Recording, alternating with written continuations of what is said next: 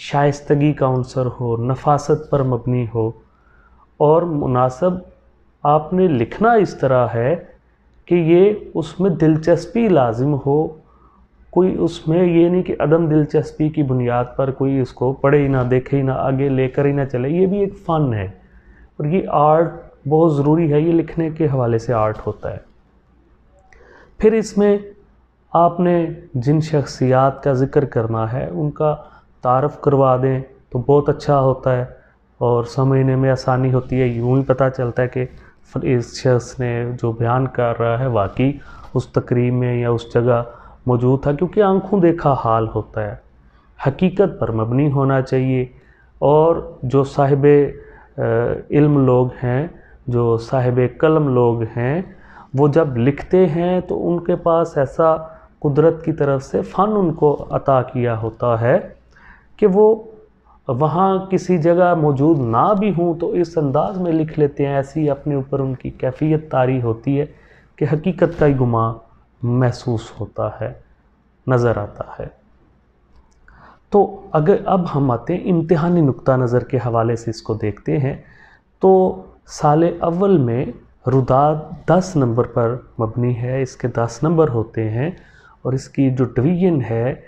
نمبروں کے حوالے سے وہ بھی ابتدا، آغاز اس کا اور اس کا اختتام، اس کے جو ہیں بڑے اہم مارکس ہوتے ہیں، نمبرز ہوتے ہیں.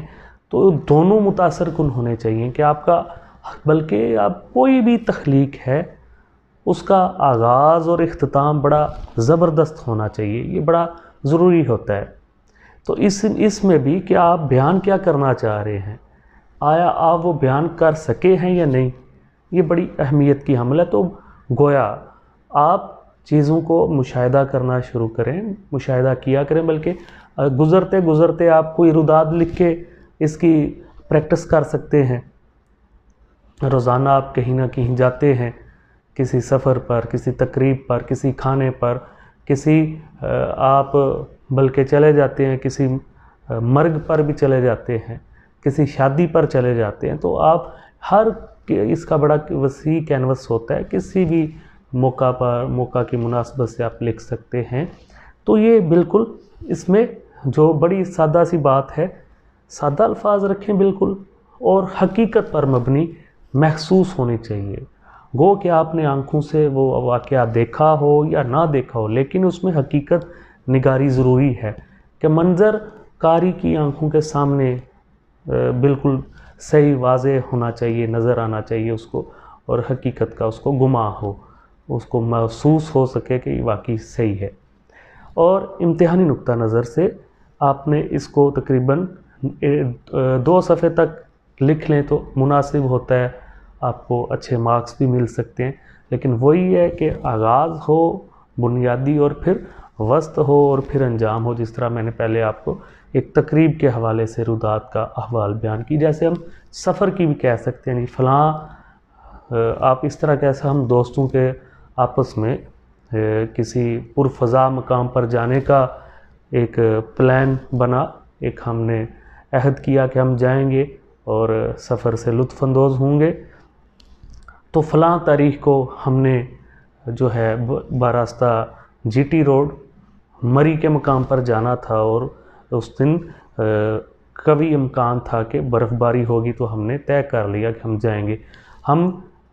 جو ہے فلاں تاریخ کو صبح اتنے بجے نکلے، اور بڑے خوش ہو کر ہم نے وقت پہ اپنے یہاں سے سفر پر نکل گئے. آگے ہم نے فلاں جگہ رکے، وہاں سے ہم نے ناشتہ کیا، چائے پی، پھر آگے ہم فلاں مقام پر رکے، وہاں ہم نے تھوڑی چہل قدمی کی اور ہلکی پھلکی گپ شپ لگائی، چائے پی، بڑا اچھا سفر گزر رہا تھا. پھر ہم کسی اور مقام پر رکے، وہاں ہم نے تھوڑی دیر جو ہے آرام کیا. پھر ہم فلاں ڈیم پر چلے گئے، وہاں تھوڑا سا ہم نے موسم کو انجوائے کیا، لوگوں کے چہروں پر شادمانی دیکھی، لوگ خوشی سے جھوم رہے تھے. جو بھی آپ کا میں مختصراً انداز میں بتانے کی کوشش کر رہا ہوں. پھر آپ بتائیں گے نہیں ہم اتنے بجے یا اس وقت پر وہاں پہنچے تو آگے برف باری شروع ہو چکی تھی، اور ہم نے خوب لطف اندوز ہوئے، اور فلاں وقت ہم نے سردی کی شدت بڑھ رہی تھی لیکن ہمیں بالکل محسوس نہ ہو رہا تھا، ہم کافی پیتے رہے، چائے پیتے رہے، انجوائے کرتے رہے، اس طرح آپ کا سارا پھر واپسی پہ کیا حال ہوا جو بھی ہے، تو یہ ایک پوری زبردست قسم کی آپ کی رودات بھی بن سکتی ہے۔ تو امید کروں گا کہ آپ کو اس کا طریقہ کار سمجھ آیا ہوگا، تو اس کو اس انداز میں آپ لکھیں، اس کی پریکٹس کریں۔ بہت شکریہ۔